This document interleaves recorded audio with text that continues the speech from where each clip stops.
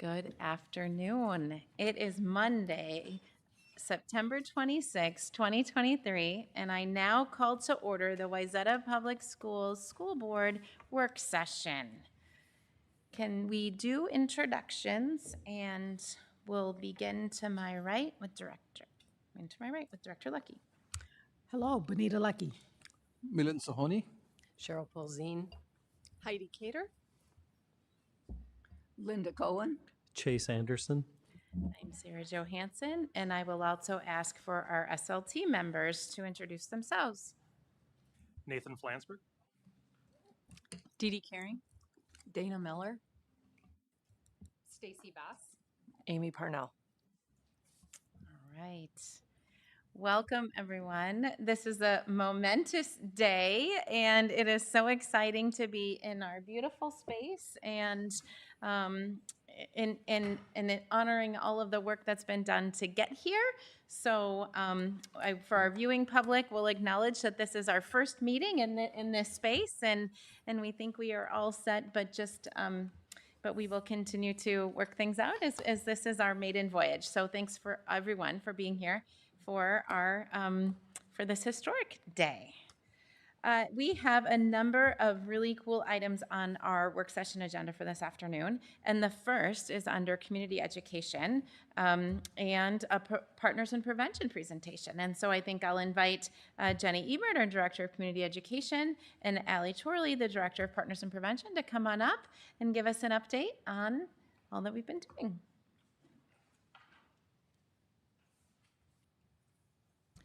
Good afternoon. I'm Jenny Ebert, Director of Community Ed. I'm very excited to have an opportunity to share with the board today some information from Allie Chorley, our Director of Partners in Prevention, who's going to talk about the amazing work that she's done over the last 10 years through our Drug-Free Communities grant. That grant has funded our organization and programming called Partners in Prevention. During that time, Allie has worked tirelessly to serve our community, to really understand the needs of where our students are, to work closely with our staff, and to be really creative in how we do this work. I had the privilege of taking over supervision of Allie in 2019, shortly before the pandemic started, and it was a really good opportunity to do some learning, but also to watch her in action as we learned through the pandemic, learned how to change what we're doing to adapt again to our community's changing needs. And so you're going to hear some really important work about what Allie did and the impact that it's had. It's been really incredible. I want to take a moment to just give her my sincere thanks, and I know that our whole school community would join me in thanking her in that. It's been an amazing journey, and I'm going to hand it off to her now to talk about all this great work. Thank you, Jenny. Well, thank you very much for having me for the last decade. I'm going to try not to cry. Darn it. Sorry. It's been a complete joy to work for Wayzata Public Schools and to direct this incredible program of Partners in Prevention. So it's my great honor to share some of the metrics and outcomes of the last 10 years of this $1.25 million federal grant that we have been lucky to have in our community. So the next slide would be great. So I just wanted to start with a reminder of our mission, these 4 core items. We set out to prevent youth substance use, to promote mental wellness, to connect every youth with a caring adult, and to collaborate with the community. And that is exactly what we have done. So I'm really excited to share some of the details with you. So a coalition is not a coalition without all of the people and the organizations and the collaboration. So first, a sincere thanks to the 127 different organizations and people that made up our coalition over the last 10 years. It truly has been a collaborative effort. So even though I get to sit up here and be the face of the impact, it really is these 127 different organizations and people across our community, including all 12 sectors of our work. So let's start with the first metric, which is really the reason why we started doing this work. And there's a lot going on in this slide, so I'll start with breaking down the very first thing to notice is this is the percentage of non-use among 9th and 11th grade students at Wayzata High School. And the reason we use non-use is that positive exists in our community. It's worth highlighting, it's worth sharing, and it's worth growing. So our focus is not on the percentage of students that have used, but our focus is on the percentage of students who have not reported use in the last 30 days. So I'll point you right away to the 11th grade data, the pink and the teal, or the pink and the yellow. This is the reason why we started this program. The darker metric is the 2013 data. And as you can see, it's the most alarming data in the bunch. And really that's why we decided to apply for the federal grant to address youth substance use. So that's the first thing.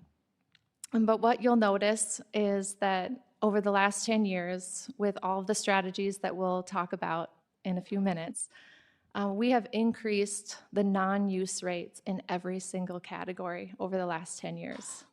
So you can see the alcohol use, the binge drinking, the tobacco, traditional tobacco use, marijuana use, and the use of prescription medication as not prescribed. So those are our 5 main categories, and we've increased the non-use rates among 9th and 11th grade in every category. So that's the first amazing thing to celebrate. The other thing is to look at the percentages that we've increased, particularly among 11th grade, since that was the initial concern and reason for the grant to begin with. The alcohol use and the non-use of marijuana, increasing those by 20 and 30% is really statistically significant. So that's one of our biggest celebrations. And to be in the 90s across every category and ahead of the state average is really remarkable. So kudos to this lovely community and coalition. The second big campaign that I'd like to highlight, this is one of the strategies that we use that I think is really a huge reason for it. When we started with our survey data, there was a huge gap in the perceived use rates among peers and the actual use rates. And what we know from research is that the more students believe their peers are engaging in a particular behavior, the more likely they are to engage in that behavior too. So we know from data from 2013 and before that, that there was a huge gap between the actual use and the perceived use. And so this evidence-based strategy of a positive community norms framework began to address that issue and to close that gap. So in 2015, the Uncover the Truth campaign was born. We used students from Wayzata High School through the Compass program every step of the way to develop this incredible campaign. And I still remember the day that I got an email from a parent in the district wondering why these bear posters were in their child's bedroom at home, that they had been taken from Wayzata High School. And it became a life of its own, this campaign, and was very successful. So as you can see, we decreased the perception of 30-day peer use rates, 35% for tobacco, 23% for alcohol use, and 26% among marijuana users. So that is a huge decrease in the perception, and that gap has contributed to decreasing use rate all around and increasing the positive community norms. The other campaign I'd love to highlight is Escape the Vape. We were the first coalition in the state of Minnesota to address vaping. Vaping came on the market in 2013, but didn't have much of an impact until 2017 when it became an epidemic. And we know from Big Tobacco that it's really just the same thing, it's just a different delivery system. So we used what we learned the first time around when we really did defeat Big Tobacco culturally, and we applied it to vaping. And we became the go-to experts in our state, which became a little bit overwhelming. We presented to 15 different community organizations, from hospital systems to law enforcement agencies all around the metro. We developed this incredible poster campaign, again with the help of the Compass program out of the high school. And 7 different school districts in the state and 4 different coalitions across the country purchased this package of materials that we had. because we really were one of the first coalitions to address vaping, so that was pretty neat. We also collaborated with the Minnetonka version of Partners in Prevention called Tonka Cares and created a campaign for billboards on Highway 494, 394, and Highway 7. We received over 800,000 impressions from that campaign, and Clear Channel loved the campaign so much that they kept it on for 2 additional weeks at their cost. So we got some really great community support from Clear Channel. It's impossible to summarize 10 years of work in 10 minutes, so I just want to highlight a few of the other things that have happened. Partners in Prevention collaborated with Hazel and Betty Ford to create the Top Secret Project. If you remember, that was the traveling bedroom exhibit of a teenager's bedroom that housed over 150 hidden hazards. That launched us into keynoting the National Youth and Addiction Conference in 2 different places, Chicago and San Diego. So I had the privilege of keynoting that conference with that particular presentation, which was really neat. We collaborated with Tonka Cares to bring in Sam Quinones, which was an author of Dreamland about America's opioid epidemic, and had a nice roundtable discussion with the author, which was a really neat experience.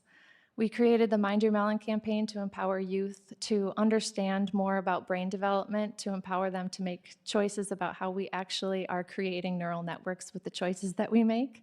And it was a really neat, developmentally appropriate campaign about the brain. The medicine safety strategies that we used, we distributed over 2,300 doTERRA bags throughout the community. And we learned of one of the issues with elders not being able to come to take-back days to get rid of their medications, of their unwanted or expired medications. So we partnered with Meals on Wheels and delivered every Meals on Wheels participant a doTERRA bag with their meal so that they were able to safely dispose of all their meds. That was a neat thing. We also collected over 350 pounds of medication that was unwanted or expired throughout our community in mini take-back days. Of course, with the collaboration of law enforcement, they were able to join us in that endeavor as well. Our Ask Allie campaign on our website had 700 followers. We had a place on our website where anyone in the community could ask a question about substance use or mental health, and that was a privilege being able to answer a lot of our community questions. And then the most recent campaign was a mental health campaign where we helped students find safer resources, because one of the trends across our nation is that they are seeking support from social media. And so the social media kind of theme campaign allowed students to scan that QR code and find local resources that were professional and not online. So that is Partners in Prevention. Over 33,000 hours of substance use prevention and mental health promotion were poured into this community over the last 10 years, serving over 20,000 Wayzata students and their families. And again, that was a collaborative effort that I just get to be lucky enough to share with you all, but that is the end result of a lovely grant. So thank you so much for your time. Wow. Thank you so much for your leadership. It's really incredible. Board colleagues, any questions or comments? Melinda. Great work. Incredible. I just cannot say anything else. Has the grant run out, or do you have more money? Yes, the time runs out on Friday of this week. Oh, Yes. have you applied for renewal, or?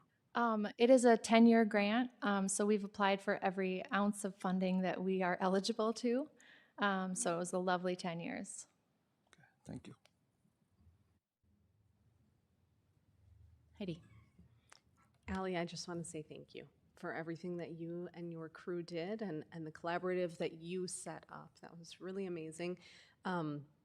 It just speaks volumes, that slide on the non-use and the growth in those bars of preventative work, and how important and necessary preventative work is, and it takes time to see the results. Yes. So thank you for sticking it out for 10 years and for doing all that you did. Yeah, thank you. Yeah.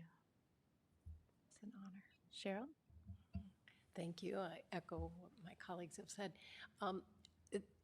Do you survey the ninth graders and the 11th graders annually? And so it's an annual, We did survey the 9th and 11th graders annually up to this point. And then the Minnesota Student Survey is a triannual survey, so it's every 3 years. And the next one would be 2025. okay, so the statistics that were on the chart you showed us, is that from the annual survey or a blending of the student survey information as well as? Yeah, it was the 2023 Wayzata Student Survey, which is a little bit separate from the Minnesota Student Survey. It was our annual survey, but it reflects very closely what the 2022 data showed of the Minnesota Student Survey. Thank you. Sure. You know, $5 million, 20,000 students over 10 years. I don't know of a better return on investment. Yeah.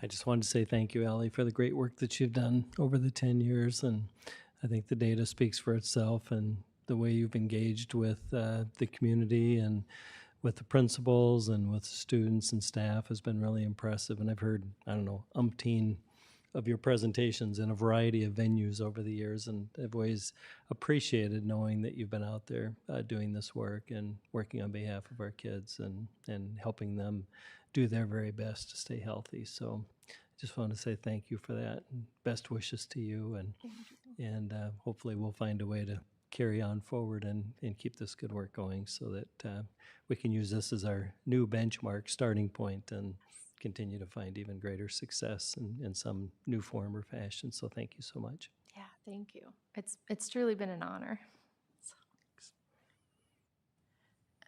I will echo all that Dr. Anderson says. I think of seeing you and your team and this coalition in different spaces, whether it was at board meetings and unveiling posters or at community events around the community. And I just think of how many, over and above the statistics, how many adults and how many caring individuals you taught and supported and woke up. And it really is a gift that has been immeasurable to our community. And so for all that you gave in your passion and for all the people that you brought along with you and for everything that you taught us as a district, I really want to say thank you.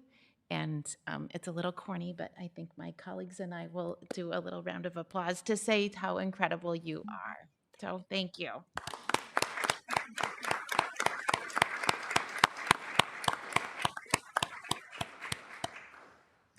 We are grateful for you, and we know where to find you.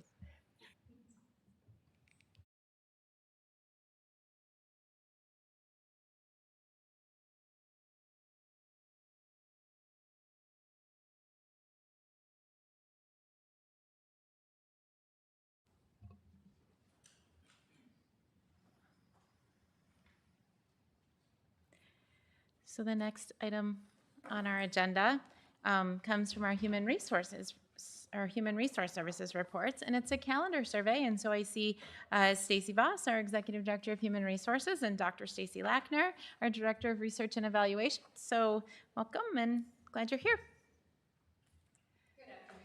Chair and members of the board, it's nice to be here today to share the results of our calendar survey that we shared with our staff and community last spring. It was a survey that we had talked about conducting for quite a while because we were very interested in seeing what our community and what our staff thought of our calendar. We had done some informal surveys, and of course it seemed like we had a third liking one thing, a third liking another, and a third liking something else. And so we thought maybe it would help us to expand that survey and collect some more input and in an effort to help us create a calendar that met the needs of our community and our staff. So we have those results for you this afternoon, and I'm extremely pleased to share that Dr. Stacy Lackner used all of her incredible skills and talents to put together a very thorough presentation of that survey, those survey results. Great, thank you very much, Stacy. So today I'm going to share with you the results of our calendar survey project that we did last spring. The purpose, as Stacy mentioned, was to hear from the community and our staff on how to create a calendar that best meets their needs. So we conducted the survey to help plan the 24-25 calendar. We surveyed parents and staff and asked them to reflect on various parts of the calendar, including the first and last days of school. So I'm sorry, next slide. Okay, got it. Okay, so as you can see up in the slide, the survey addressed specific parts of the calendar, including the first and last days of school, school breaks, parent-teacher conferences, and also holidays observed by the district. Next slide. Survey invitations were emailed to all families of students in grades kindergarten through high school and the transition program. We also sent survey invites to all district staff. K-12 Insight, our survey consultants, also translated the survey into Spanish for us.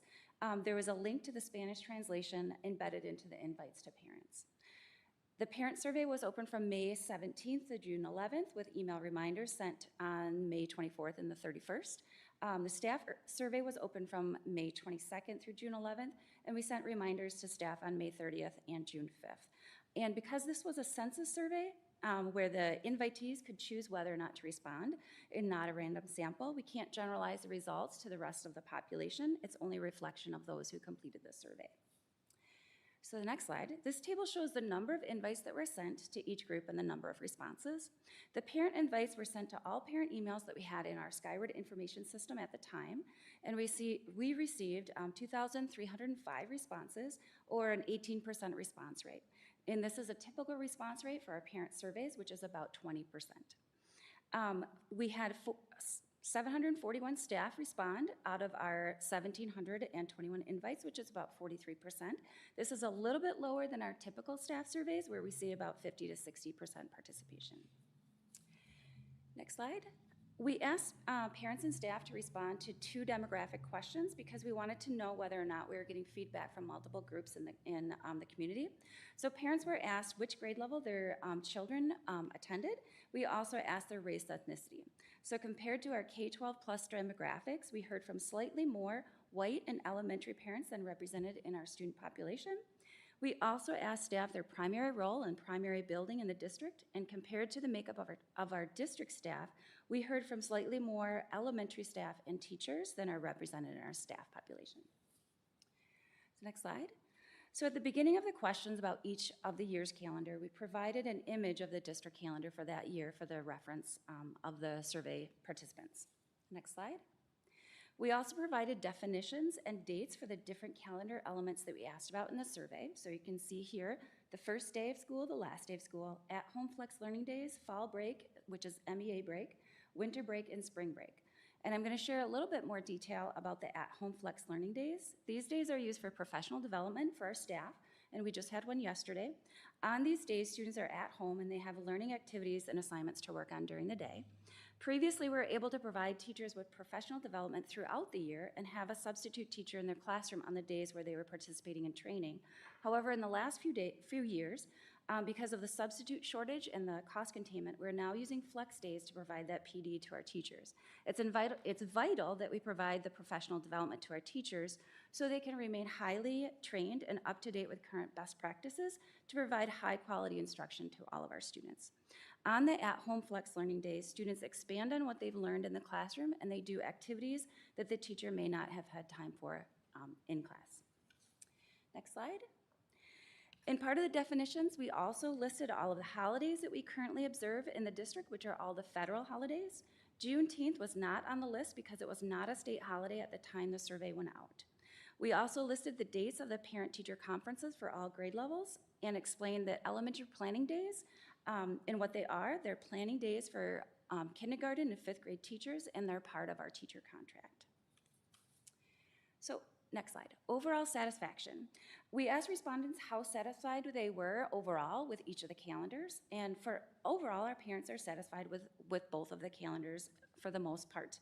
64% of our staff and 59% of our parents were satisfied or somewhat satisfied with the 22-23 calendar, and 68% of our staff and 64% of our parents were satisfied or somewhat satisfied with the 23-24 calendar. Next slide. We also asked respondents how satisfied they were with different aspects of the 22-23 calendar.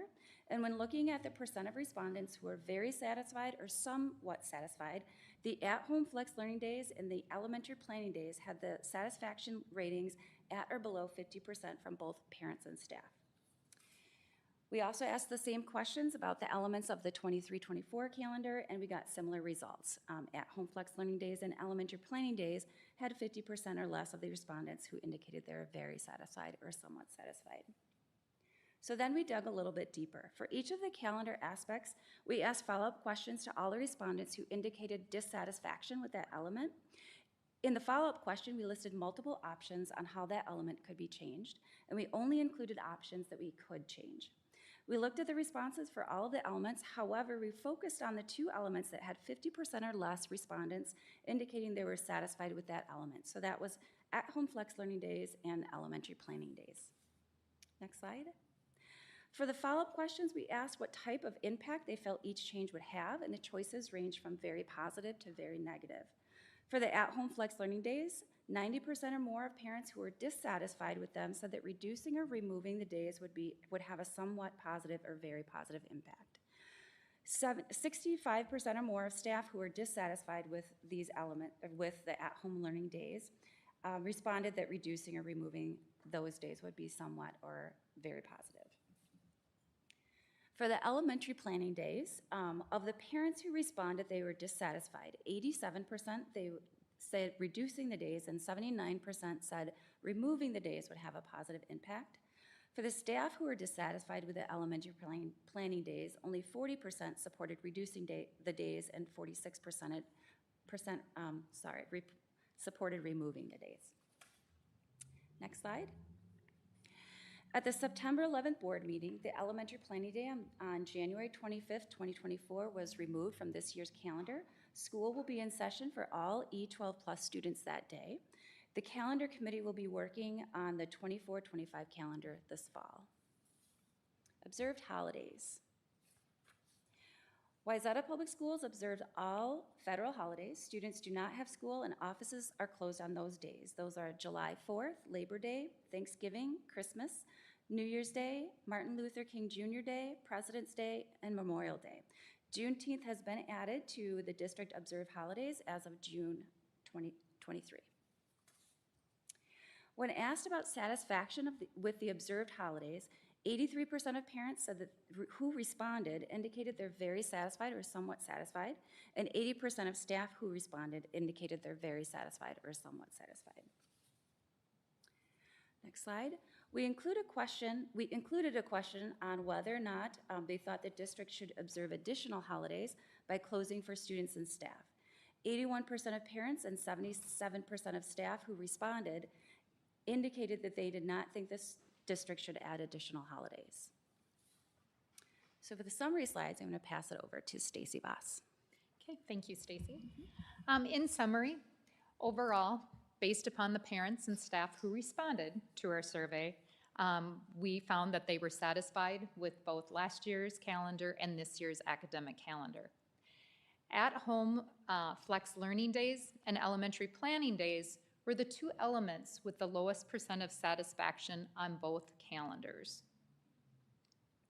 Of the parents and staff who indicated dissatisfaction with these days, the most common response was to reduce or remove them from the calendar.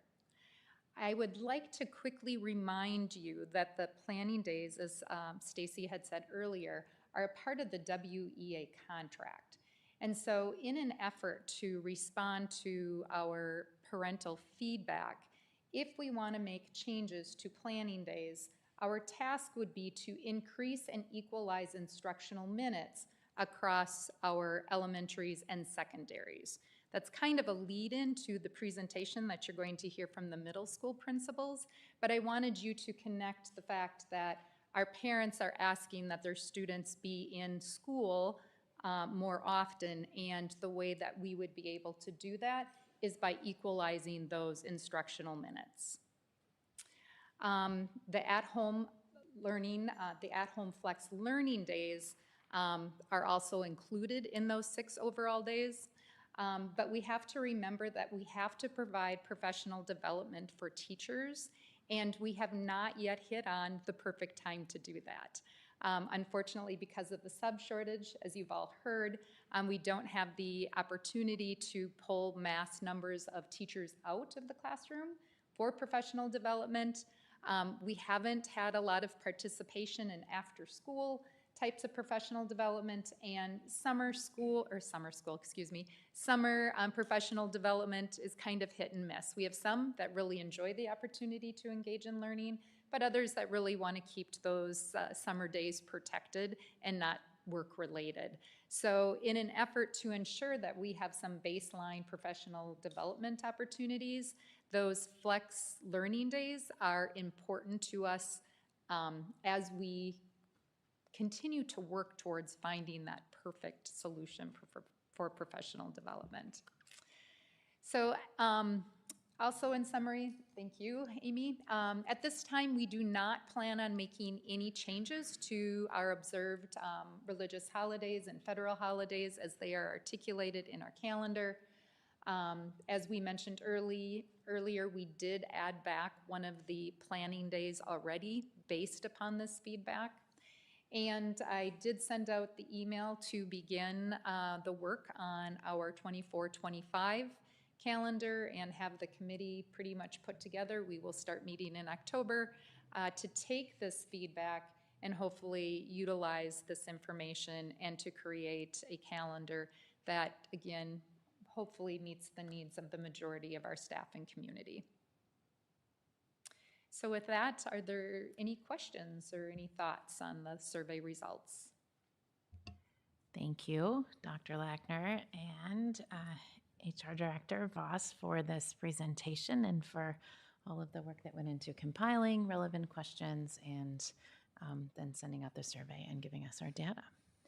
So board colleagues, any questions or comments? Milland.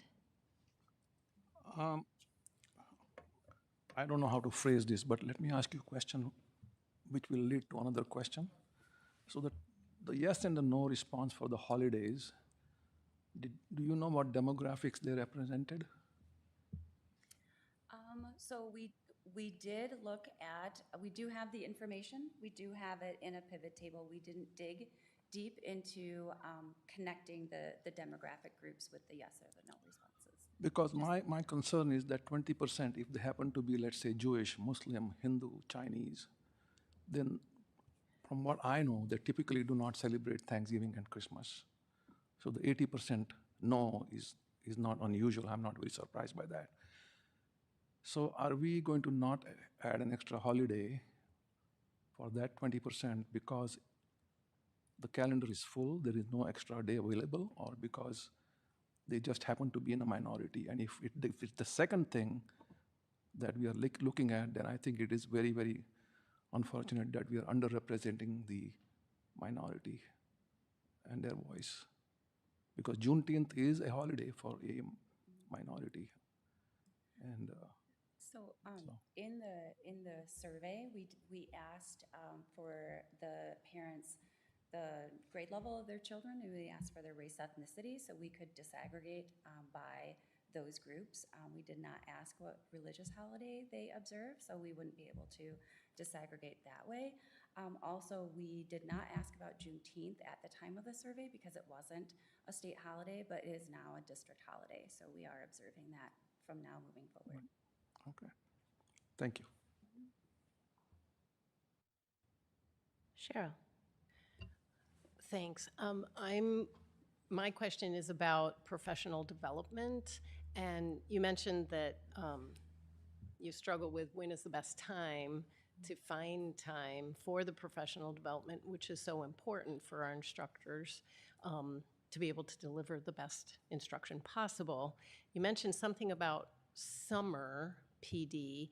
Can you just sort of explain to us what you've learned from talking to teachers in that about how it might, I would assume it's more beneficial to have the professional development during the school year when they have the students in front of them and when they are coming up against whatever challenges they're dealing with throughout the school year. They have their students in front of them and whatnot. So just help us understand why it might be in the best interest to try and figure out when to have professional development during the school year. Or maybe that's not a priority. I don't know. I believe it is a priority simply because we want to send a uniformed message. We have, our teaching and learning department is somewhat limited, and we have those members of that department do all of the training. And so we just need to make sure that we have everyone together to get the same messages and to collaborate to do the same work. So much of, I think, the value of professional development during the school day or when all teachers can be together as an established part of their calendar is because they can engage in the learning where they can get information, but then the collaboration that they have with their teams, with their department, when they can really dig into what they learned and then look at how it can be implemented is where the power is. And when you can't bring everybody together at one time, it takes away some of that opportunity to really collaborate and not only learn from what the instructor shared with them, but to also learn from each other and making it relevant to what they're going to do in the classroom the next day. So we agree with the whole desire to have professional development when it feels relevant. It's why we don't do professional development a lot at the end of the school year. It seems like that's probably not the most opportune time for teachers to engage in new learning, and why we spend so much time with back-to-school workshops, really focusing on giving teachers as many of the tools that we can in order for them to be successful with our students. But Executive Director Dana Miller, do you have more to add to that? Well, I think we can just give an example. So yesterday was a professional flex learning at home day. And in our elementary, we did spend the summer with teams who volunteer, because if you remember, teachers are not under contract, and much of the teaching and learning team is not under contract. So part of it is we pay in addition for those people. But we did have groups come in and work on curriculum, for example, with the READ Act and needing to calibrate our literacy work. So we did that during the summer, but then we need a way to share it with each and every teacher that teaches that, which is pretty much every elementary teacher. So yesterday across the district, our teachers were together by grade level bands, and so one elementary had kindergarten, one elementary had first grade. The only time that kind of collaboration across the system is possible is during the school year and working with them. And so if we want to guarantee that regardless of what building I'm in, I'm a first grader and I'm having some of those shared experiences and I'm capitalizing on the expertise of our teachers across the district, we need to have the opportunity for them to come together. And if we remember, our greatest commitment is to our teachers, and the most important resource we have are our teachers. That's who move student learning. And in order for that to happen, we have to have the opportunity for them to train together, for them to collaborate together, for them to simply talk and share expertise. And I think a piece that is also less visible to parents is in the past, we might have pulled all of first grade in, and that meant every student in our district was in front of a substitute teacher. And so while the parent may not have realized that instruction in the classroom, why our subs are amazing, is still not the same as their classroom teacher. Adjustments are made, sub-plans are made. And so this does allow us that opportunity to do it in, 2 days of professional development that we have, and just put those on the calendar early for parents to know and try to be the least inconvenient. Some districts choose to do that as an early out or a late start every month. And we've just found, I've been in a district that did that, and we had very strong parent pushback on that because it disrupts so many days. And it's really not high quality professional learning either after the workday or right before you're starting it. So this might be the best of the least perfect solutions that we have, but that time for our teachers to calibrate together is just critical to the work we do for students. Thank you. Sheila. I had a follow-up question from Millens about the holidays. The survey leaves a lot of unanswered questions in my mind, and it sounds like that you are going to follow up on that.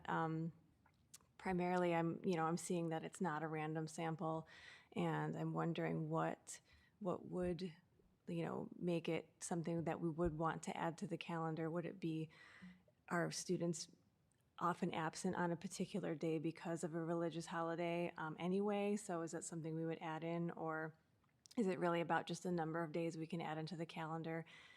And is it like is there a certain number of parents that would have to say we would really like this day off? What kinds of things are you looking at there? I think from my perspective, I think we were just looking for a clear, that we want to add more. I was expecting maybe that first question about, do you want to add more, that yes, no there. I was hoping that maybe we would have seen a more clear response that yes, we want to add more. And then we would have, spent more time digging into what is it that we want to add. Because we didn't get that feedback, and we recognize that there's definitely limitations to the survey. We didn't have the usual parent response, but this is what we had to work with. We tried to solicit as much feedback as we could. Sometimes if parents don't respond, it doesn't mean that they feel, I don't want to draw conclusions, but generally if people are feeling strongly about something, they want people to know. So they're more likely to respond in a survey exercise. So I was hoping that we would have seen a different end result to that question when we asked, do you want to add more observances to the calendar? And we didn't see that. And I can't remember, after the question, do you want to add more, was there an opportunity to say, like, if so, which one? Yes. Is there, okay. Yes. And you didn't see any patterns in that, or of the people that said no, there was nothing, no indication of, I think that we didn't dig deeper into it because it was such a small percentage of participants who said that they didn't want to add, that they would like to see additional holidays added, because it was just an overwhelming majority, around 80%, who responded to the survey who said that they did not. We didn't dig deeper into which holidays just because it was such a small number of the survey respondents who wanted to add a day. And sorry, one last thing. You did say you were looking into it further, though? Or did I see that on the presentation? Kind of the last slide of, or? Not at this time. Based on the survey results, I believe that the conclusion that we've drawn is that our community and our staff they are okay, they're satisfied with the number of holidays that we currently are observing on our school calendar. I'll answer other questions, but as a follow-up to that quickly, can you remind us just briefly the calendar process, right? So you said you've called a calendar committee, and what are some of our timelines around this creation of a calendar for the next year? But we would like to get a calendar before the board in January or February for the following year. We know it's important for families to have that calendar in order to plan. So we are starting our work on that as soon as we can, utilizing this feedback to create a calendar for the coming school year. In the past, we have created calendars 2 years in a row. We may try to do that again this year, depending on conversations with the calendar committee. Sometimes just because of how things are, it seems that we've kind of fallen more into a pattern of just doing it year by year because of the changes that we have to make. But that is something that I am going to work with the calendar committee on, and we'll see how successful we are. Thank you. Heidi, and then Dr. Anderson. I have a question because I think survey engagement is so interesting. How did you determine that it was just going to be Spanish that the survey was translated into? Yeah, I can answer that question. So we consulted with our EL coordinator of the district and also our director of special services who oversees EL and our director of equity and inclusion. And we decided together that we'd focus the written translation in Spanish, and that to reach out to families who speak languages other than English or Spanish, that we would have our achievement specialists and our family engagement specialists reach out to those families directly, personally, and invite them to take the survey with support. So that's how we approached trying to include as many voices as we could. Excellent. How did that process go? Did it feel like there were more families that were engaged that wouldn't have typically engaged? I don't have information on that. I had others in the district helping me with that process, so I'm not sure. We didn't get feedback on how many responses we got that way. I have one more question, if that's okay. So and this is kind of a follow-up to Melinda and Sheila's questions, I think. So when I looked at that slide 18, where it's talking about should we add more holidays or not, the way that I see it is a different way, right? I saw it as 20% of families wanted to see more holidays. And so I'm just wondering, is that a typical, like if it's a different holiday, do we typically, if we were to add up all the holidays that families take off during the year, do we see 20% of students taking days off? That's a really good question. I don't think we have the information right now to answer that question, but that's something that we could look at to see, look at absence rates to see if holidays have a higher absence rate among our students. Thank you. Dr. Anderson. Thank you. I have a question and then maybe a comment or two. Of the holidays that are listed for our calendar, I don't have that list in front of me, but are those all recognized as state holidays? My understanding is that they're federal holidays. Federal holidays. Yes. And that I believe Juneteenth is a state mandated holiday. Okay. As of this spring. Thank you. And then having spent part of my previous career life on the calendar committee and responsible for putting calendars together, I know the complications and challenges with it. One thing that's, I think, a good reminder is that there is a state statute that requires schools to start after Labor Day on that Tuesday, and that's kind of always the starting point. There are a couple ways that you can reconfigure that and make a request from the state to start earlier, but that's always one of the starting block challenges with the calendar. And then we oftentimes get feedback from families about the number of weeks that aren't full weeks, and actually in a lot of the built meetings that we've had this year, we hear that a lot from our teachers as well, and that there are a lot of non-5-day weeks that are complications and challenges. And I know that anytime that we take a look at extending the end of the school year deeper into June, that's another challenging bookend. So we kind of have the Labor Day and the desire to wrap up, sooner in June than later. And I only share this in that I think there are a lot of options that, with time we can continue to consider and look at, but I know that there are a lot of things to navigate around, a lot of staff development, professional development days that we need to plug into the calendar as well. So I just want to acknowledge the challenges with it and the multiple inputs and variations of things that you likely heard through the process. And just want to say thanks for providing the feedback and presenting it in the way that you have here today. Thank you.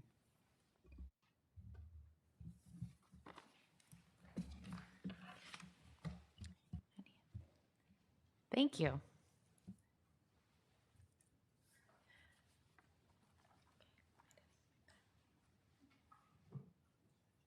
Okay, and we will now add microphones and chairs for the next item on our agenda, which is a teaching and learning report and our middle school schedule presentation. And so our fearless middle grade leaders, as well as of our teaching and learning staff, will be coming up. I think introductions will be made by Dana Miller, our Executive Director of Teaching and Learning. And Dana, I will let you introduce or let your team introduce themselves. Thank you, Madam Chair, members of the board, Superintendent Anderson. It's my pleasure today to be back in front of you with our implementation phase of the middle school review. If you recall, about 2 years ago, Paul Paetzel and I came and reported out on the progress of that review. And this afternoon, it's my pleasure to have with us Austin Tollerson, Director of Teaching and Learning, who has provided oversight for this implementation schedule review phase. And he has brought with him Ryan Carlson, principal at West Middle School, our new principal at East Middle School, Meg Bennett, and our principal at Central Middle School, Xavier Reed. And so with that, I'm going to turn it over to them, and they will go through the implementation phase. Thank you.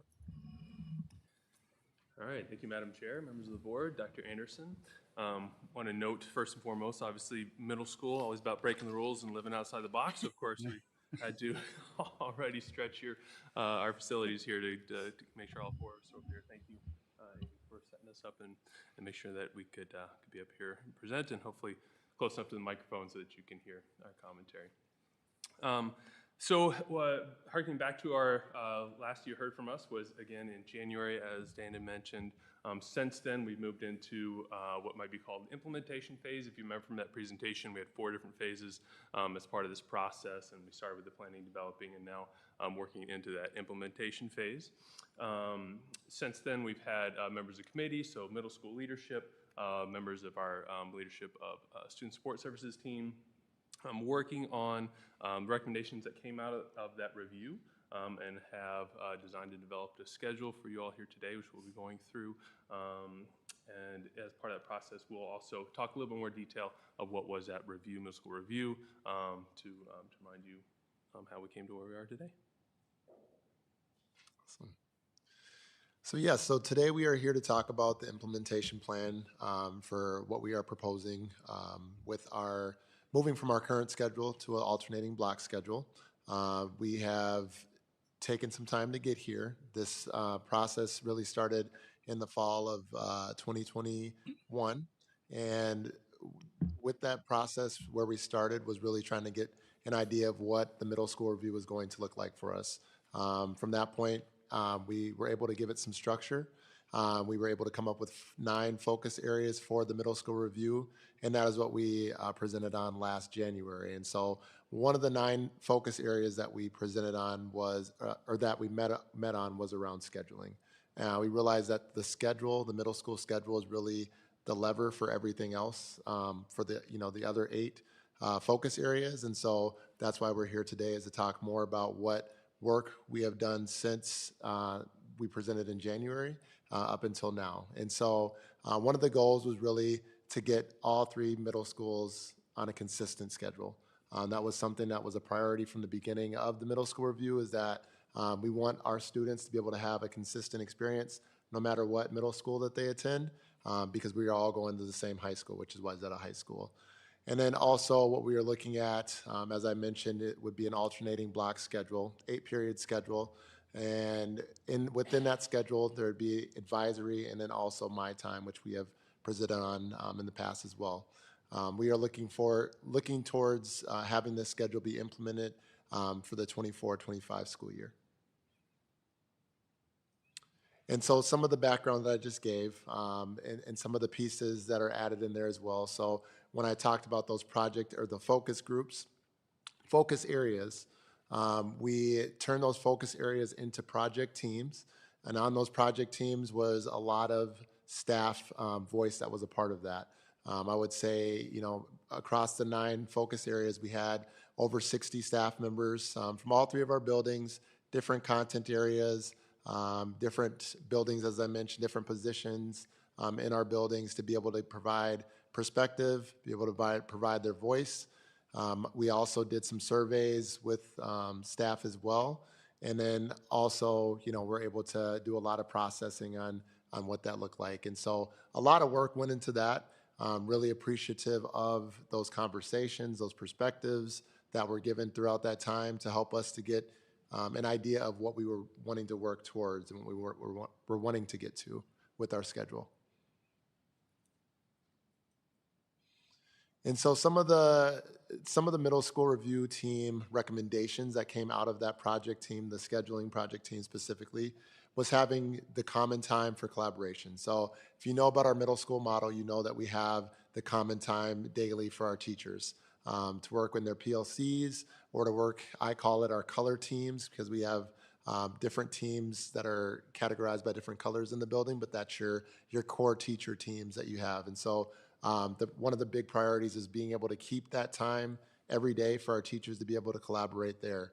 Another priority was to have more exploratory or elective opportunities for students. With the middle school schedule, middle school is supposed to be exploratory. You're trying things out. You have a little bit more freedom than when you did in elementary school. And as you start to move towards high school, you're going to have even more freedom. So how can we bridge that gap to be able to provide that for students?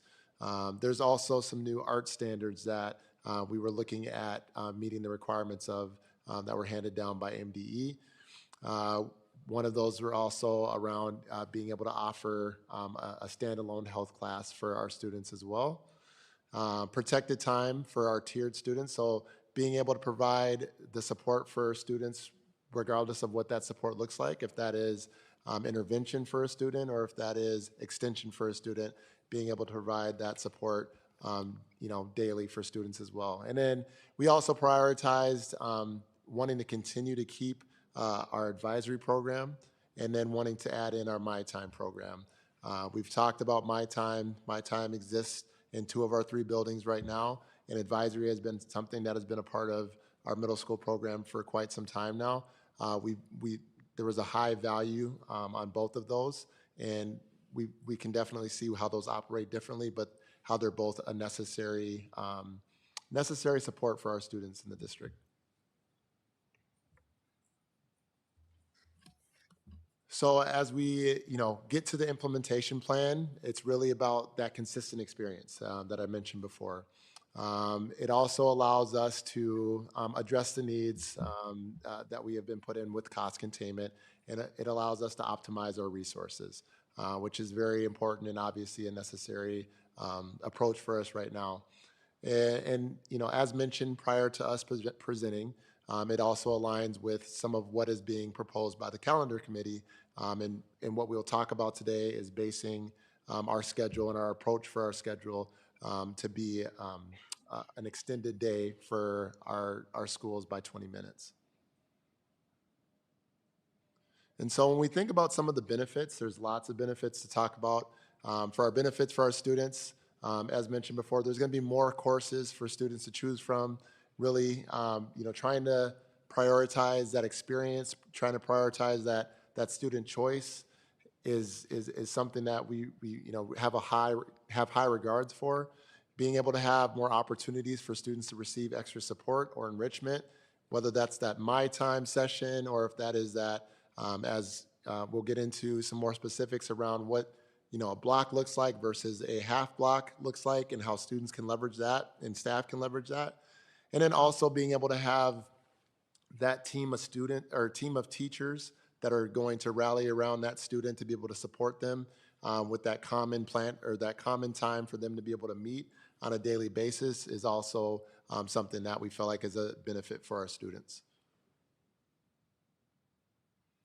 And then that choice and that voice. We hear often from our students, from our families, how it's important and how we want to continue to see our students develop that student voice and that choice in their day. And as I mentioned before, we're stuck in the middle. We are the middle. We're middle school, and so we're not necessarily to the point where our students are ready for that large, catalog of classes at the high school, but we want to prepare them for that. And so this is where we feel like between the balance of the elective options, the My Time choices, and the way that they're able to exercise some of that student independence there, that's preparing them for our time at the high school. It's preparing them for those elective courses at the high school as well. And this schedule also closely aligns with our high school schedule. It better aligns with that. And I'll reiterate again, being able to be on the same schedule in all 3 of our buildings feels a lot better as we're preparing our students to go to the same building for high school. Other benefits, more flexibility for our EL students, for our special education department to be able to support and give that flexibility for those teachers and for those students that are in those programs. It also, gives us more flexibility when we're thinking about students in different grade levels and the unique skills that they need to develop for their experience at school. And then also we have the benefits of our math and our language arts classes to be able to receive that Tier 1 classroom instruction along the lines of their specialized services rather than to miss one or the other. So benefits for our teachers, and what that looks like is that all of our teachers will teach 3 out of 4 full blocks. We'll get into what that looks like and how that breaks out. Or they'll be teaching 6 of 8 half blocks a day with classes rotating on an A-B schedule. Teachers will have 78 to 82 minutes of prep time and PLC team time each day, which we'll talk about as we move further into the presentation, and that's going to be something that is very similar to what they are receiving right now. And then also full block class periods create an opportunity for those labs, those the collaborative spaces, and then also just more of the differentiated instruction. And for the district, the benefits, it allows us to be able to staff our resources more efficiently, which we know is a priority. It makes it possible for us to be able to meet those requirements, the new art requirements. It aligns with our strategic roadmap. And then also the additional 20 minutes of instructional time would align with our elementary and secondary instructional minutes.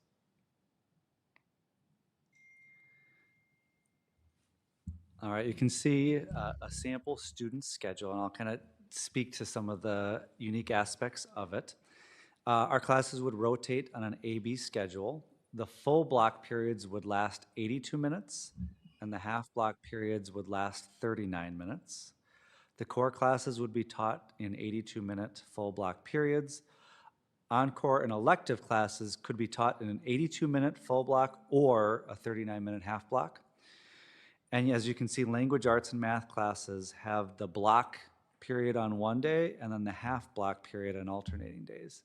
So that would actually help us increase our math and language arts instructional minutes. It's important to note that this is just a sample student schedule, just kind of helping see, okay, this is how this might lay out. There's a lot of decisions still to be made on what are our encore classes that are required, what are elective opportunities, but you can see how it could possibly lay out. And I think you can see that there's more possibilities within this, because as you look at it, you can see that there's art in there along with fine arts and music as an offering and another elective area. That was really important as we look to meet the state art standards. So having this schedule allows for flexibility to get those opportunities in, while still having lots of other opportunities for students to experience things like tech ed, health, facts, things like that. As we think about our instructional time in the areas of math and language arts, because our schedules haven't been aligned, we've been all a little bit different in that area, but all of us would move to 302 minutes weekly of math instruction and language arts instruction.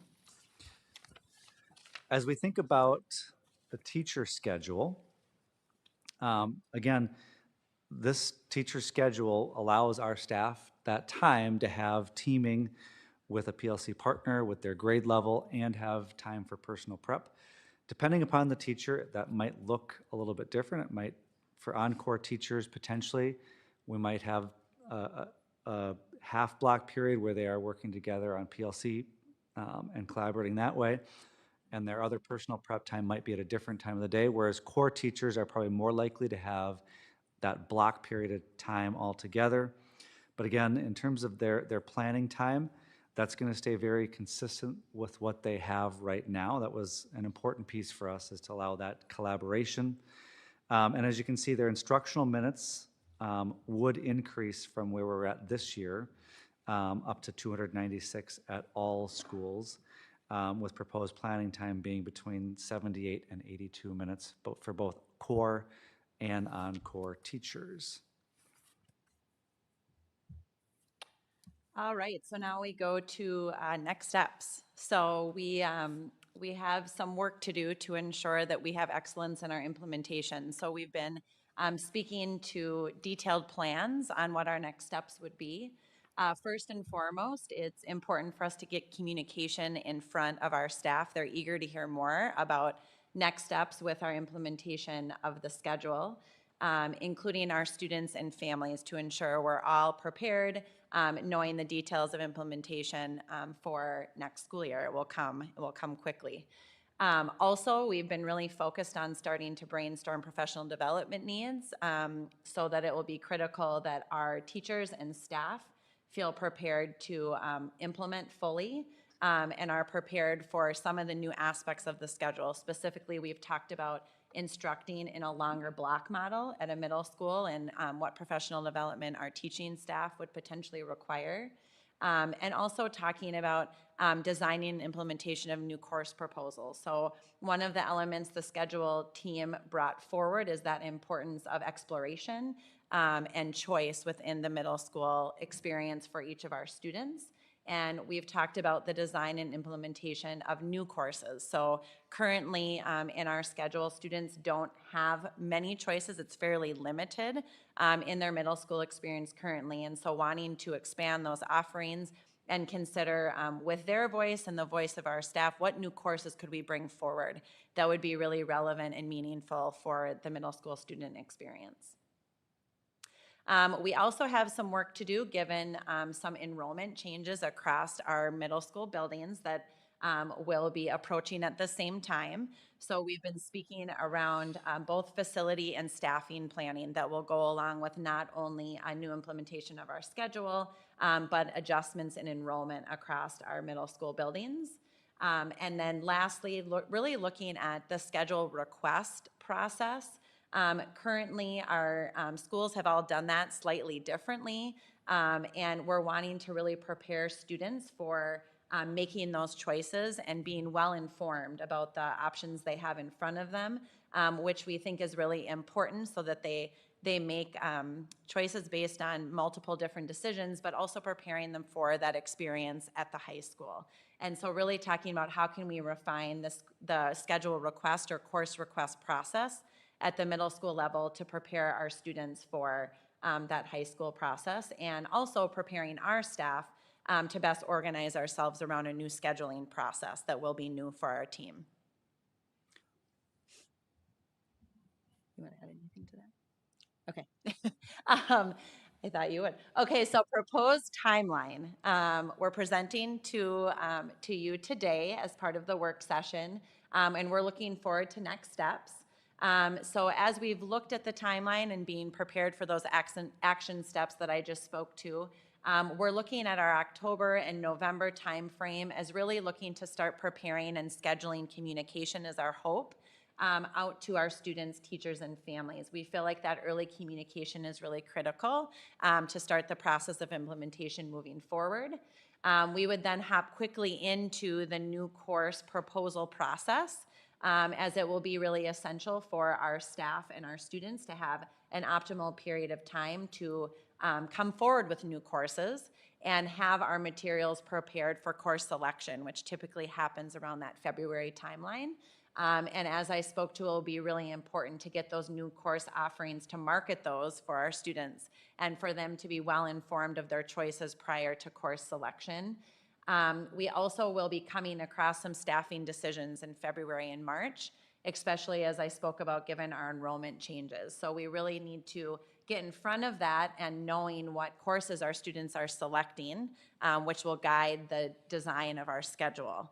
And so we will be front loading that so that we can make those staffing decisions come February and March. And then immediate and more ongoing, we're really talking about pending approval of our schedule, really starting to jump into the design of professional development and getting our staff feeling well prepared as we develop to implement the schedule in the upcoming year. So lots to thank, a lot of work that's gone into this, and just want to, from my perspective, say how impressed I've been with this middle school leadership team and their knowledge and thoughtfulness in this process, and every step of the way I'm wanting to be interested in gathering that feedback and connecting with teachers, and those next steps are going to be, I know they're already planning on meetings with staff tomorrow, and when and how quickly we can gather feedback from staff on what they're seeing, and staff are going to be, and teachers are going to be an integral part of that planning going forward when we look at the schedule proposal process, what those courses specifically are going to look like, and how we involve teachers in that professional development training, prepare them for teaching in this new model. And so from the work of the middle school review teams, middle school leadership, our collaboration with student support services, of course, communications team in their work and helping us put this presentation together. And I think we went through 17 different iterations of the document you've got in front of you. So thank you particularly to Zach Nelson and his work and responsiveness on that. And of course, collaboration, feedback, input, and communication to come from teachers, students, and families. So at this time, if there's any questions, we're happy to speak to those. Fantastic. Thank Can I you just jump for in? sure. Yeah. I think it really was incredible to see the teachers on the different project teams come together. And that kind of all led into the scheduling project team, because that team had to take into account all of the recommendations from the various project teams. And when you consider the different constraints of trying to get more art in, trying to preserve that middle level teaming model, that's a very, very difficult task, and you're making decisions that you know not everyone's going to be happy with.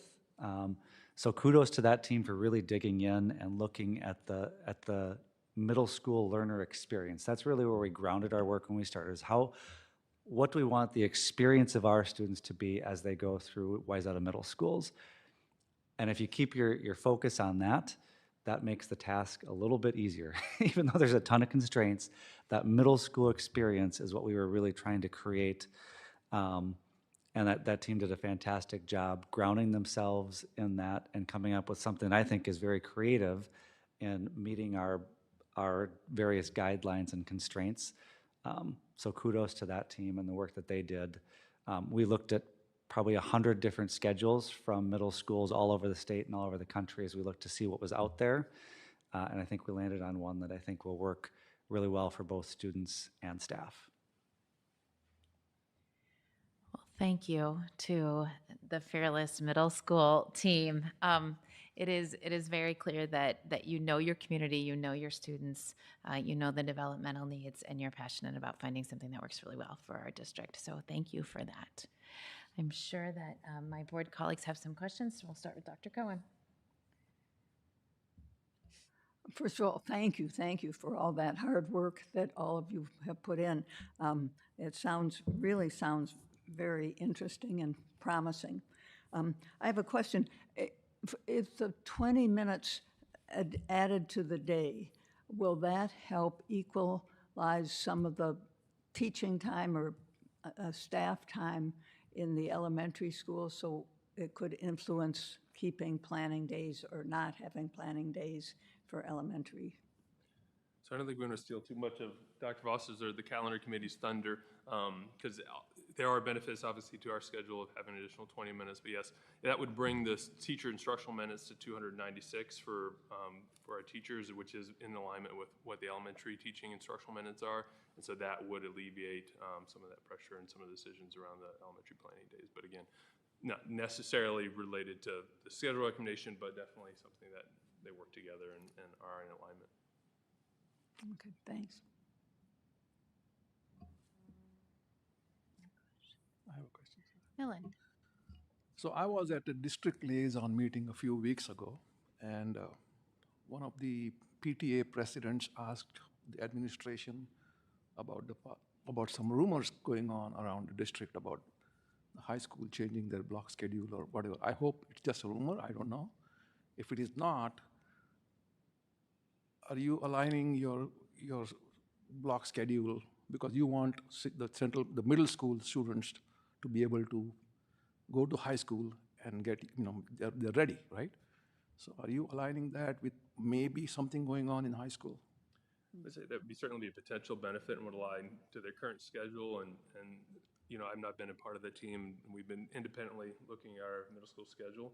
But this also was a recommendation that the scheduling committee from middle school came based on the need for middle school students and that middle school model, and looking at the benefits to middle school students particularly. So that, although could be a particular benefit depending on where the high school lands with their schedule, is not necessarily a make or break for as far as this schedule and its benefits to the middle school. We'll have Dr. Saloni. The middle school schedule is also based on an 8-period day, so that's where you're seeing those half blocks and so forth. So different than the high school block schedule where there are 4 blocks a day.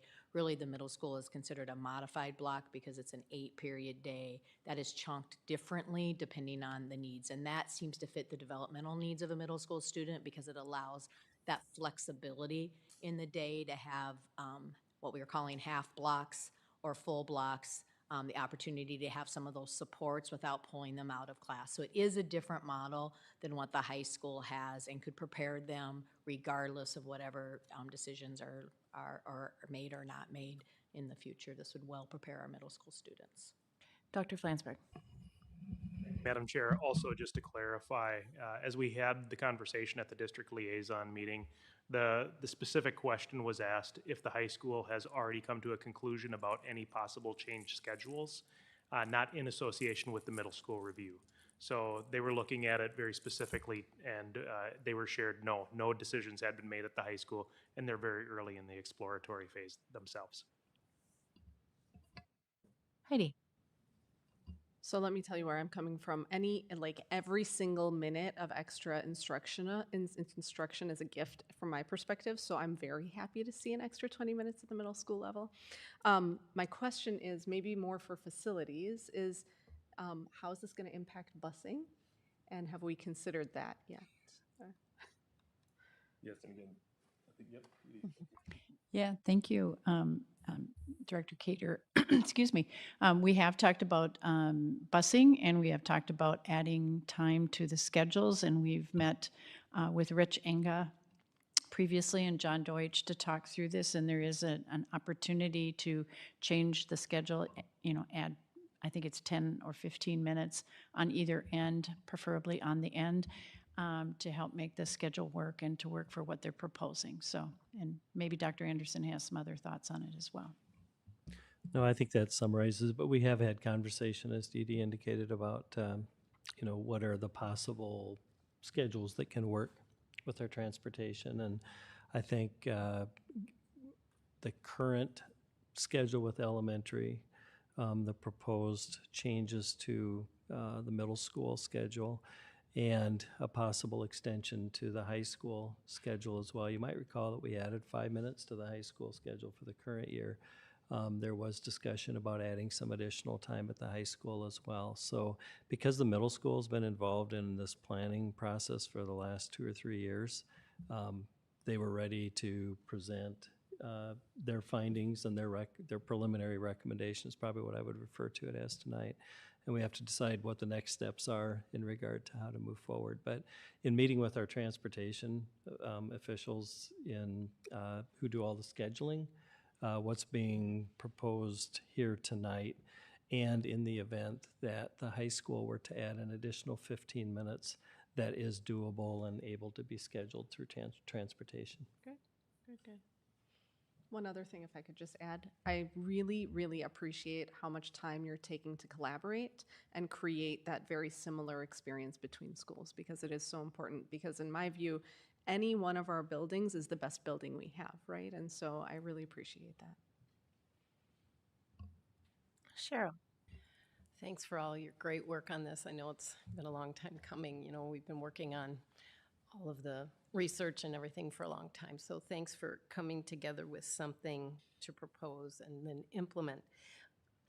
It's a lot of information to process, but a few questions popped out. So maybe I missed it, but can you explain, are the students still on teams? Will they still be in teams even though you're offering more course options and things like that? Yep, they'll still be on teams very similar to how they are now. The teams will be a little bit bigger. They would probably average around 170, 180 students per team compared to about 125-ish or so right now. But the point is that there's still an opportunity for the adults on that team to collaborate for the success of those students. Okay. One of the slides said protected time for tiered student supports.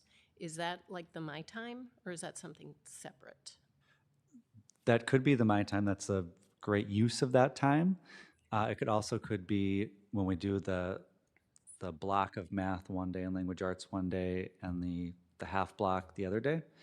Also, I think just within that block period, there's a lot more opportunities to chunk up that time differently, and for teachers to look at that, the feedback that they're getting and seeing from students, and then trying to group students, and provide that extra support for students that need that, or opportunities to go deeper and enrich the learning for students that are ready to go further. So I think just that longer chunk of time allows possibilities within that block period. Yeah, as I was reflecting, I think one of the things, a couple words that stand out when I think about the schedule is like flexibility and like more autonomy. And so I think for that experience for students, there's more options for that support to be there. There's not just one way or just a couple of ways. There's quite a few different ways that students can be supported in the schedule. And so that's one, kind of what Ryan was just speaking on, is that it could be the My Time, it could be the half block, regardless of what that looks like. There's different avenues for students to be supported in this new schedule. I would just add really briefly to that I always think of like student-centeredness and responsiveness. And the schedule allows us multiple different entry points to respond to what our students are demonstrating to us each day. So as Ryan said, it could be within that block of instructional time, within the half block, to be really specialized and responsive to instructing the student needs, but then also My Time. So I see many different entry points to be responsive to the student's needs during the day. So really in the moment decisions. Okay, great. And one more, it's sort of a hodgepodge. So if I understood correctly, there's going to be more course options, maybe something different so that they can explore and expand their interests and things like that. How do you do that? Do you have like minimums that you need in order to actually have the class continue on? Because I can see that as potentially being like way more expensive if you end up with, smaller sections and things like that. So, which of course, then the question is this change what's helping us be more efficient to meet those goals of cost containment? And those seem to be kind of in opposite. Yeah, the staffing model would be really similar to how the high school staffs and identifies courses that run. So my last 7 years was scheduling at high school, so I have a lot of experience with this. But we would have to come up with minimums in which we're able to run courses to still maintain our 31 student staff allocation. And so that it really is responsive to what the students are telling us. And so the schedule, we won't know what it looks like until we get the student requests, and that's why it's very student-centered.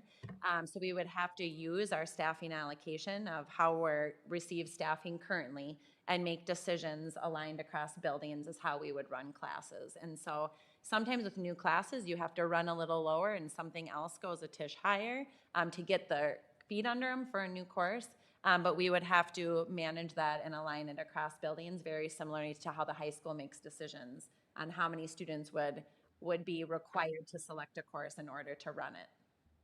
Another piece of the flexibility of the schedule is you could run a multi-grade level class. So if you had a new course offering that there was 17 eighth graders and 14 seventh graders that were interested in it, you could run a multi-grade level class and then be able to provide that opportunity.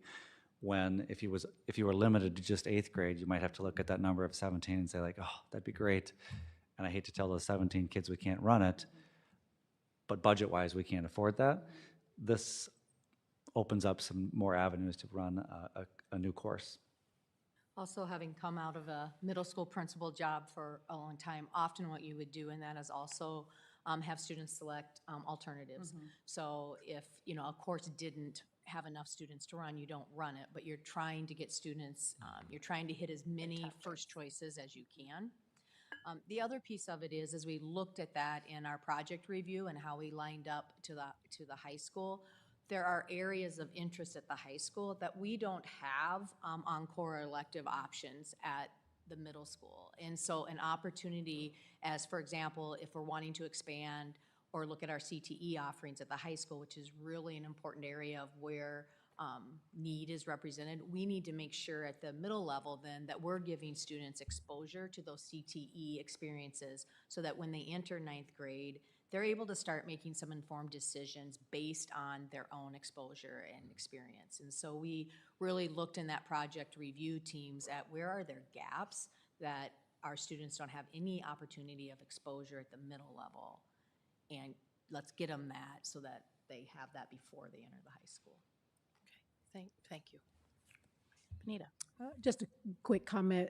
I just wanted to say thank you for being innovative thank you for being brave and thinking outside of the box to help create this consistent experience for our students in all 3 of our middle schools, and with the help of aligning to that experience when they go to the high school. So kudos, thank you. Sheila. I had the benefit of hearing a lot about this at the Teaching and Learning Committee. I just wanted to say that it's going to be really good for the students. It's, great that the focus has been student education and all of this, and in terms of, cost containment, yes, it will help us with cost containment, but the original, you guys have been working on this for a long time, and the original plan was how can we make it better for students? So I think this, it's going to be really good. Thank you. And I have one question as well. Thank you so much. We have set out a goal this year that we want to have rigorous academic experiences for each and every student that also creates a sense of belonging as well for each of those students. We've seen a number of implications on your slides for that, but is there anything more that you can share with us from why you're working so hard to make this happen that you really think can set us forward in our goal to ensure rigorous academics and a sense of belonging for each and every student?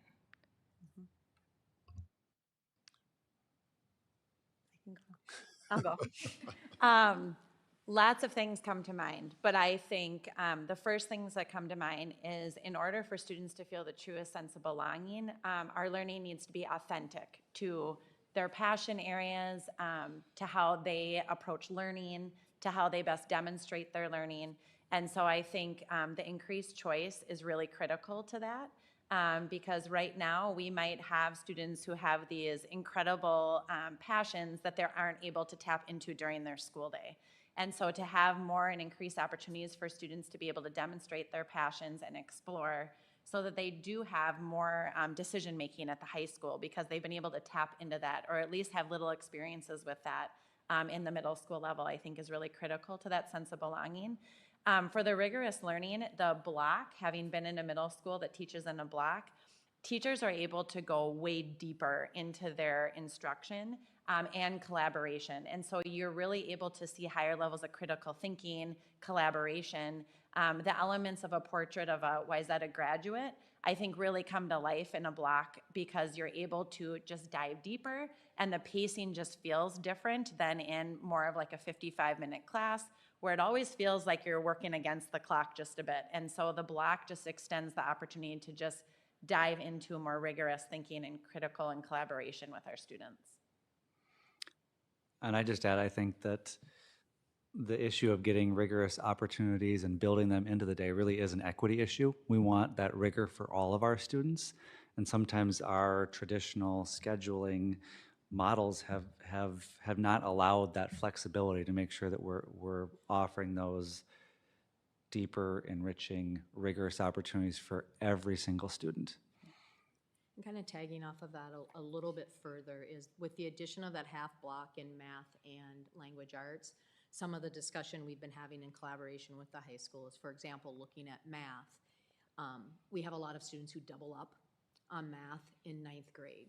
And so exploring the option to increase our rigor of math at the middle level, and with that 1.5 blocks, get students through that full year of algebra so they are geometry ready at 9th grade. And the state is asking us to do that, and that was their intention. And we certainly have the student body capable of doing that. So that is some of the work, and I think our math departments and our teachers will feel more open to exploring that when there's that block and a half of time too. So sometimes we look at that half block as an opportunity for students who may need additional support. It's also an opportunity to extend deeper and maybe get those 2 courses in the course of that 8th grade. So those are opportunities that we're able to explore now, which would increase our rigor as well. Mm-hmm. And I was just going to say, I think when we've talked and we've reflected, we've had the same middle school schedule for the last 25 years. And so in the last 25 years, a lot of things have changed. I think it's important for us to continue to change and adjust for our students, for our community. And, this schedule gives us the structure to keep the things that we value. I mean, being able to have a program where you have an advisory program. Some schools, some districts are not able to do that. I came from a middle school that was not able to do that and not able to have that valuable time for our students. I think My Time also presents a different aspect of flexibility for students and allows us to personalize. And when you think about that each and every, this is the schedule for that each and every. There's every student is seen in that in this schedule, and it really works for us. And then I think, you know, when you think about the different constraints and different aspects of cost containment or the middle school review or just where we're at right now, it's just a really cool thing that we've landed on something that is so great for our students, for our staff, for our community, even with the realities that we're facing as well. Really cool indeed. Thank you. Dr. Anderson. Thank you, and thanks everybody for being here tonight. We appreciate the insights. We appreciate all the work that you've done and the clarity with which you've put your presentation together and communicated about it tonight. So the board will remember that we've been through some cost containment activities, measures in the past couple of years as we've sought to create balanced budgets, and the board will likely recall that in year 2, which will be the 24-25 school year, there was a line item in there for seeking secondary scheduling efficiencies. So in regard to the middle school program, because of the way the program is designed and the schedules that you put together, it would have that potential to meet those cost containment goals, I think, with this program.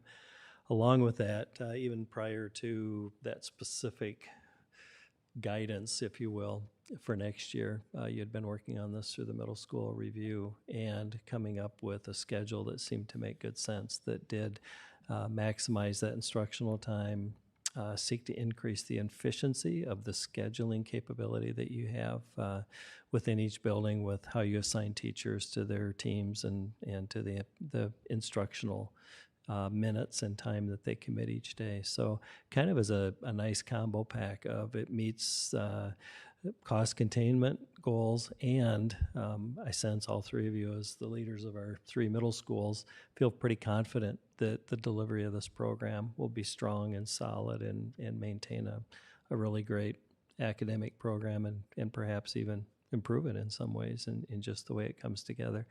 I think also the realignment of our middle school attendance areas is probably going to help further strengthen our ability to find those scheduling efficiencies at the middle school. So again, the middle school may have a little bit of an advantage in that you started out of the blocks a year or 2 earlier than the high school has. But I just want to say again, thanks for your hard work with this and for putting together a plan that, you know, from all indicators at this point, meets multiple objectives. So thank you for that.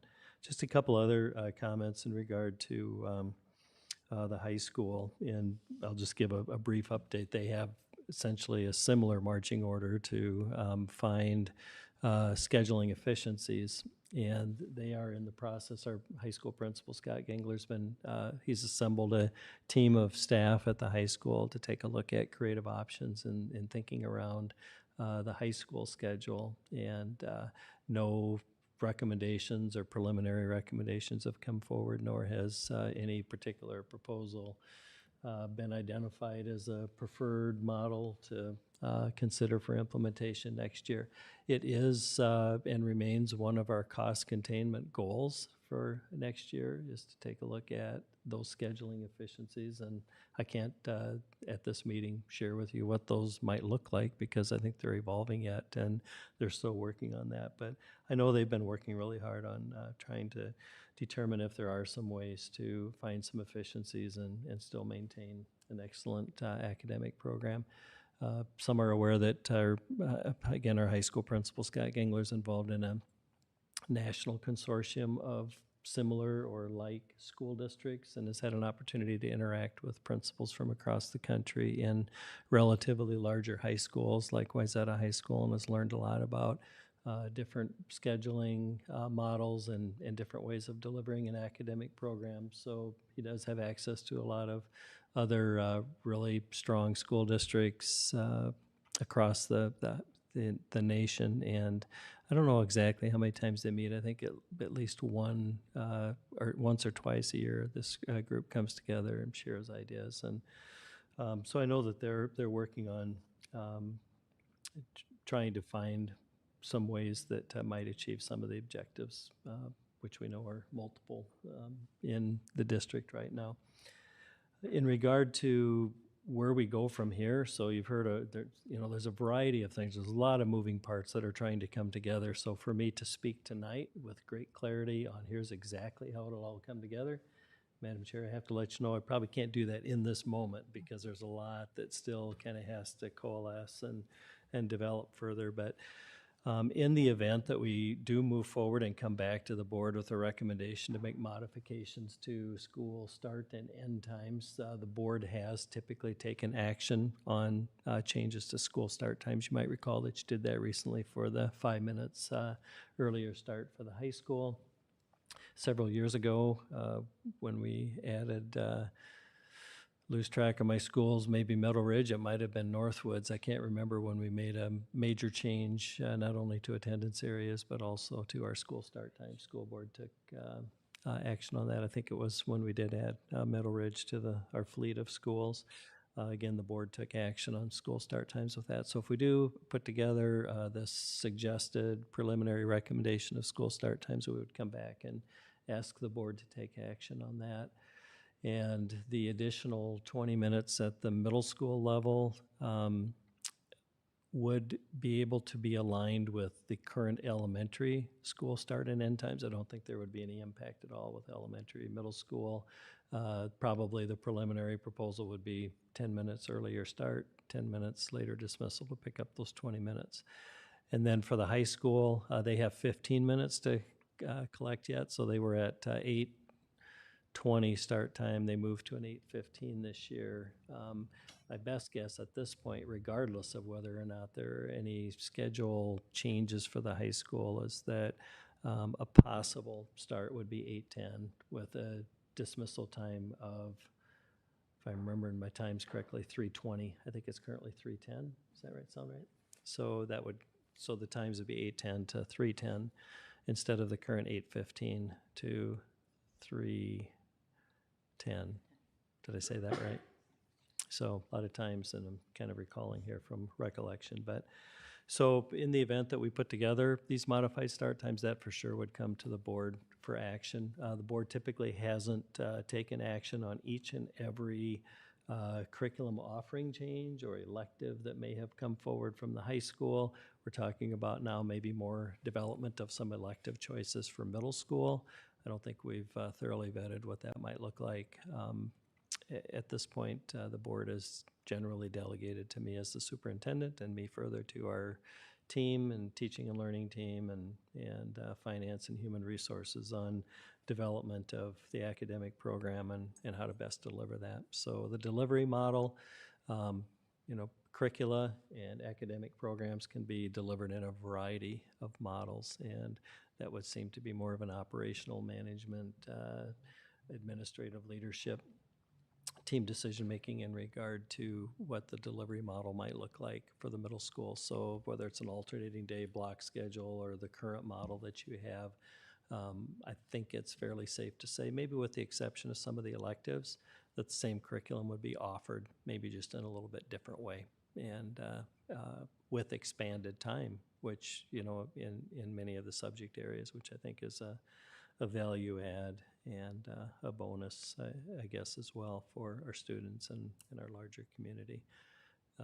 Anytime you change attendance areas, as we know, or school start times, even if somewhat incrementally, that will probably elicit some feedback and questions, further questions, additional opportunities for communication about how all that might work. But it is doable, as we said before, in regard to the transportation systems, and we could find a way to get that all synced up and aligned with that. So those are a few random thoughts that come to mind for me. So I'll turn it back over to you, Madam Chair. Thank you. Thank you so much, Dr. Anderson. Thank you for answering the question about the high school, and then also underscoring that this afternoon is the time for our middle schools to shine. And we really appreciate that work. It's also helpful review just about maybe what might be coming down the agenda items for us as a school board as it relates to kind of the start time pieces and creating the parameters in which then our administrators can do their work. So thank you so much for that. Okay, board colleagues, this was a hearty presentation. Before we thank our guests one more time, are there any further questions or comments? Thank you to our team. Thank you for giving your afternoon to us, and thanks mostly for all of the incredible work that you are doing and tomorrow as you meet with your staff teams, and we'll be excited to hear about that feedback. So thank you so much.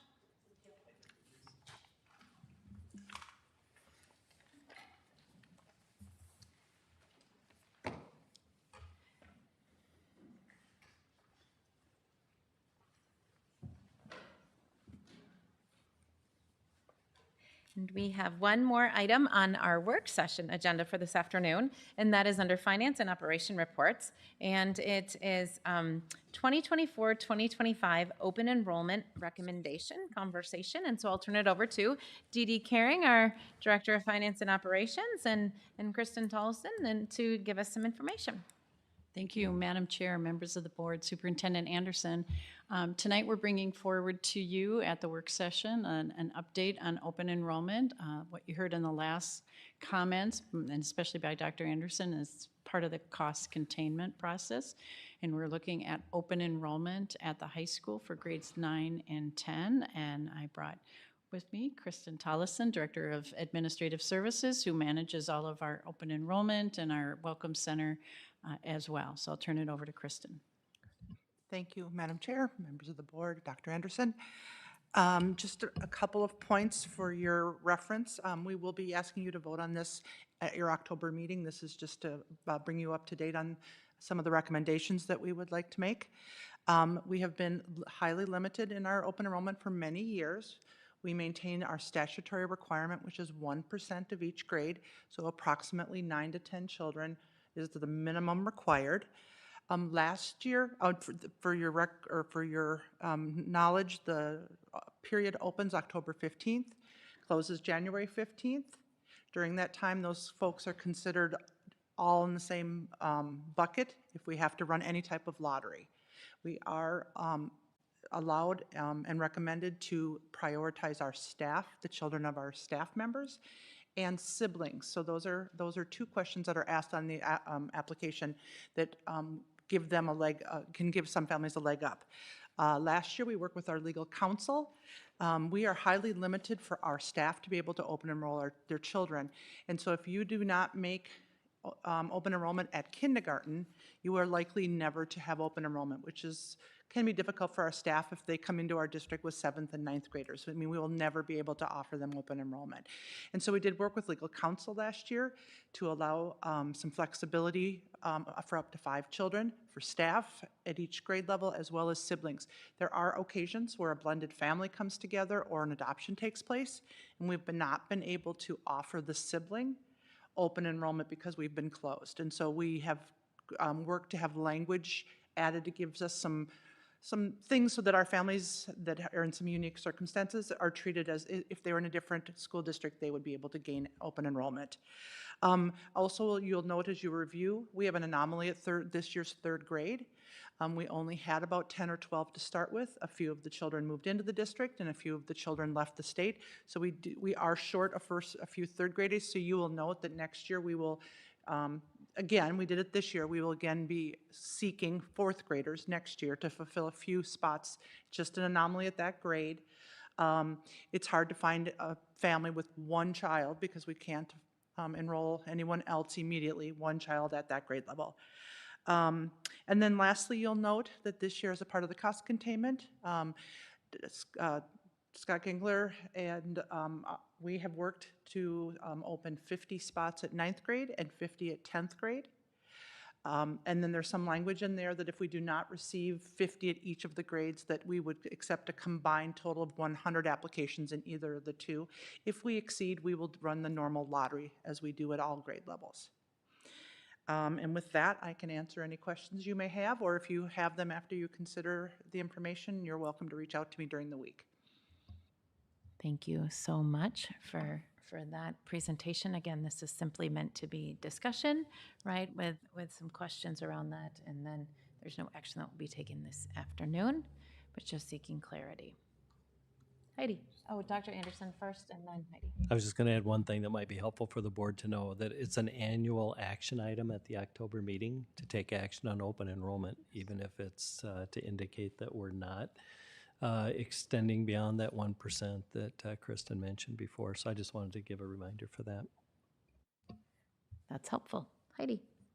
I have a question about athletics and activities. So if a student is open enrolled into Wayzata, is that student considered for all athletics and activities a Wayzata student for They all are ours purposes? as they, every rights and responsibility of all of our students. And once they are open enrolled, they are ours until graduation. Wonderful. And so that's why we have historically been very conservative in allowing open enrollment because, just wanting to monitor the sizes of our grades and our capacity in our buildings. Thank you. Benita. Just a quick question. I don't think I heard you. You said if we receive 50, and if we don't receive 50 and 50, then you'll open it to 100. Say that again. We will accept a total of 100 with Okay. the goal of 50 and 50, but if we get 40 and 60, we would approve up to 100 students at the high school. Okay, all right, thanks. And hoping for kind of a nice breakout, but Okay, thank you. yeah, in grades 9th and 10th only. Cheryl. Thank you. How many requests for open enrollment do we typically get in a year? And second question would be, what are the current class sizes of what will be 9th and 10th grade? Certainly. After my first couple of years of being inundated with hundreds of applications that have to be copied, signed, and hand sent back to the parent, we have then worked diligently to bring this to your attention early in September or October so that we are able to publicize on our website that we are closed or that we are highly limited except in certain grades. And so that helps. It's a 5-page document that has to go over and back, and it's a lot for nothing. We still will receive a few hundred applications. I would say we get thousands of inquiries. And so we even have, information on our website and on our main line because that is just a constant conversation with families. And then do you recall what the Yep, class I size have is? it for you here. Our current class size at 9th grade is 969, and at 10th grade, it's 909, and that is as of September 22nd. And so, but next year when we're considering, Yep, so this year's 8th grade is 977. So it'll be 977 and 969. thanks.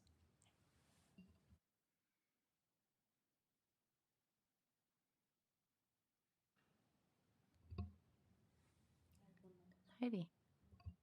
But then we're also going to be seeking fourth graders, right? Yes. Okay. So we'll take 1% of kindergartners. Okay. We'll accept up to, I think we have 4 spots at 4th grade. And then in addition, the 101 high school students at 9th and 10th grade, all of those, we will be actively accepting applications. We're required to always accept them. We can't say don't send it in, but we will be actively seeking and responding to those. Okay, makes sense.